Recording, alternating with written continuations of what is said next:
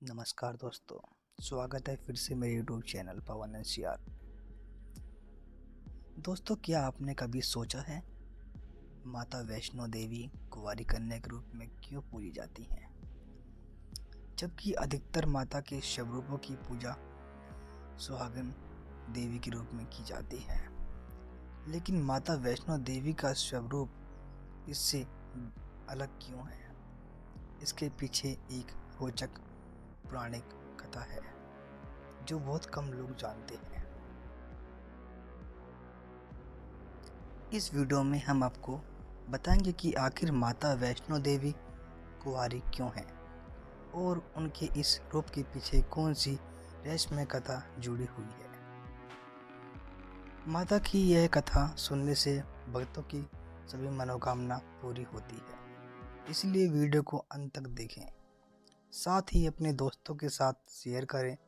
सभी माता के भक्त कमेंट बॉक्स में जय माता वैष्णो देवी जरूर लिखें।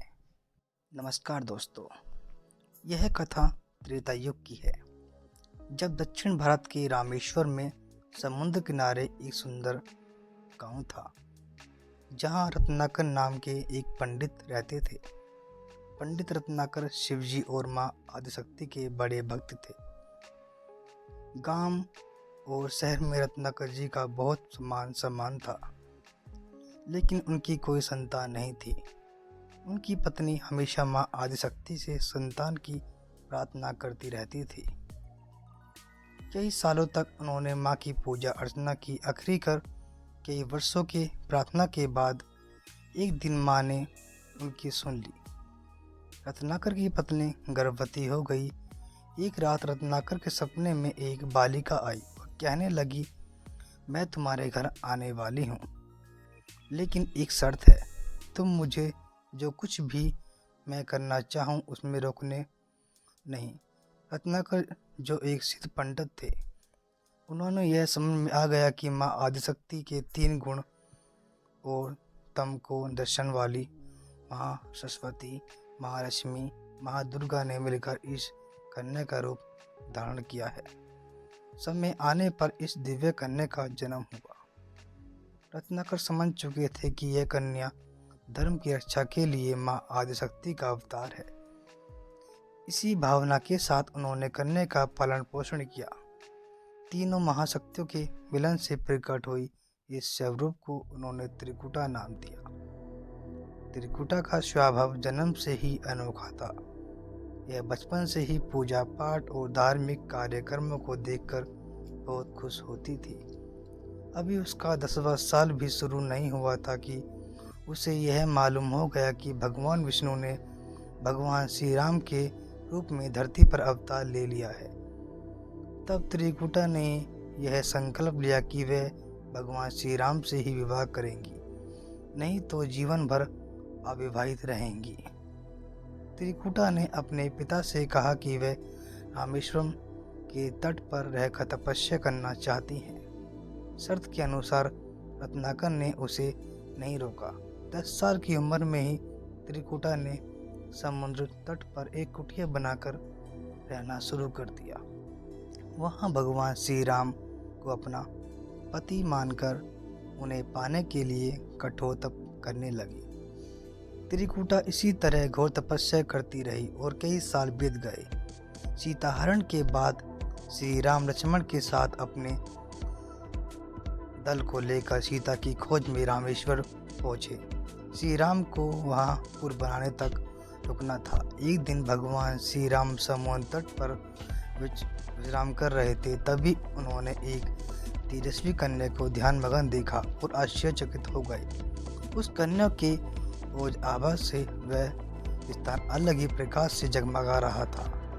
भगवान श्री राम उत्सुक उस कन्या के तपोस्थल पर पहुंचे। भगवान श्री राम ने उस कन्या से पूछा, देवी तुम कौन हो और इतने कम उम्र में इतनी कठोर तप क्यों कर रही हो? ऐसी कौन सी इच्छा है जो तुम्हें इस घोर तपस्या के लिए प्रेरित कर रही है? कन्या ने विनम्रता से भगवान को प्रणाम किया और अपना परिचय पंडित रत्नाकर की पुत्री त्रिकुटा के रूप में दिया। त्रिकुटा ने अपनी प्रतिज्ञा के बारे में बताया। वह जान गई थी कि उनके सामने स्वयं भगवान श्री राम खड़े हैं, इसीलिए उन्होंने विनम्रता पूर्वक उनके निवेदन किया कि वे उन्हें अपनी पत्नी के रूप में स्वीकार कर लें। इस पर भगवान श्री राम ने कहा, यह संभव नहीं है। मैं एक पत्नी व्रत का पालन कर रहा हूँ और अपनी पत्नी के अपहरणकर्ता को दंड देने के लिए सेना सहित यहाँ तक आया हूँ। त्रिकूटा को यह सुनकर बहुत आघात पहुँचा। उन्होंने अपने कठोर तप का हवा देते हुए भगवान श्री राम सेवा करने की फिर से प्रार्थना की। त्रिकूटा ने कहा, प्रभु, क्या मेरी तप व्यर्थ चला गया? क्या मेरे तप में इतनी शक्ति नहीं कि मैं आपको यहाँ पा सकूं? यदि मेरा तप अभी पर्याप्त नहीं है तो मैं इसे और कठोर करूँगी और तब तक करती रहूँगी जब तक मेरी अभिलाषा पूरी नहीं हो जाती। भगवान श्री राम ने कहा, जब मैं सीता जी का पता लगा कर लौटूंगा तब तुम्हारे पास आऊँगा, मगर तुम मुझे पहचान लोगी तो मैं तुम्हें इस बात पर उचित निर्णय करूँगा। त्रिकूटा को यह सुनकर बहुत ही प्रसन्नता हुई कि उनका तप सफल हो रहा है और भगवान ने उन्हें स्वीकार करने का आश्वासन दिया है। अब उन्हें अपने स्वामी की परीक्षा में सफल होना है। इस प्रसन्नता से भरकर त्रिकूटा का उत्साह और भी बढ़ गया। उन्होंने और भी कठिन तप करना शुरू कर दिया। उनके तप का प्रभाव ऐसा था कि उनकी कुटिया के आसपास का पूरा क्षेत्र एक विशेष प्रकाश से जगमगाने लगा। भगवान श्री राम ने रावण के साथ युद्ध कर उसे पराजित किया। उन्होंने विभीषण को लंका का राजा बना दिया और अपनी पत्नी, भाई और पूरी सेना के साथ अपने नगर को लौटने लगे। लंका विजय के बाद प्रभु पुष्पक विमान का सवार होकर वापस आ रहे थे। भगवान श्री राम को त्रिकूटा से किया अपना वचन भी निभाना था, इसलिए रामेश्वरम के तट पर पहुंचते ही इन्होंने उन विमान रुकवा दिया।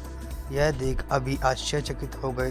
तब प्रभु ने उनसे कुछ समय प्रतीक्षा करने के लिए कहा। उसके बाद वे अकेले ही आगे बढ़ गए। पूरी सेना भगवान का आज्ञा का पालन करते हुए वहीं रुककर उनकी प्रतीक्षा करने लगी। भगवान श्री राम ने एक बहुत ही वृद्ध ब्राह्मण का रूप धारण किया और देवी त्रिकूटा के पास पहुँचे। प्रभु कुछ देर तक उनके पास रुके, लेकिन त्रिकूटा उन्हें पहचान नहीं सकी। भगवान ने उन्हें पहचानने का मौका दिया, लेकिन देवी त्रिकूटा उनकी लीला को समझ नहीं पाई। तब भगवान श्री राम अपने वास्तविक रूप में आ गए और त्रिकूटा से कहा, देवी, मैं आपको दिए वचन के अनुसार आपके पास आया था, लेकिन आप इस परीक्षा में सफल नहीं हो सकी।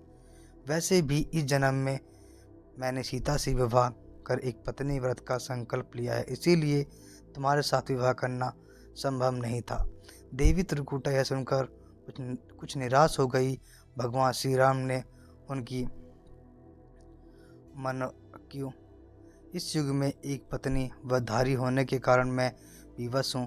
कलयुग में जब मैं कल्कि के रूप में अवतार लूँगा तब मैं तुम्हें अपनी पत्नी के रूप में अवश्य स्वीकार करूँगा।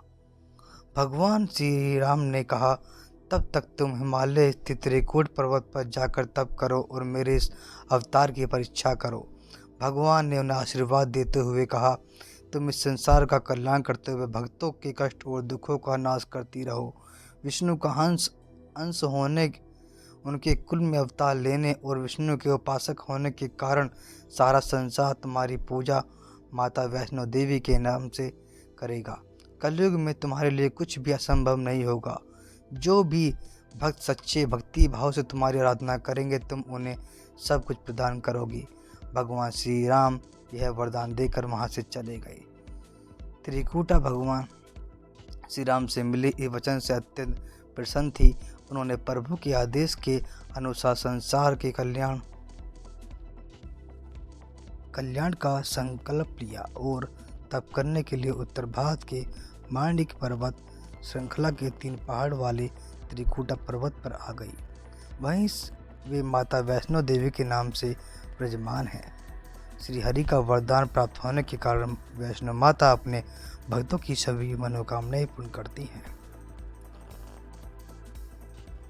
इसीलिए माता का स्वरूप कुंवारिका है, क्योंकि वे श्री हरि के कल के अवतार की प्रतीक्षा कर रही हैं। उसके बाद भगवान उन्हें अपनी पत्नी के रूप में स्वीकार करेंगे। मुझे आशा है कि आपको माता वैष्णो देवी की यह अद्भुत कथा पसंद आई होगी। अगर आपको वीडियो अच्छी लगी हो तो वीडियो को लाइक करें, कमेंट करें, जय माँ वैष्णो देवी ज़रूर लिखें और ऐसी रोचक कथाओं के लिए हमारे चैनल को सब्सक्राइब करें। मिलते हैं बहुत जल्दी अगली वीडियो में। तब तक के लिए जय माता दी।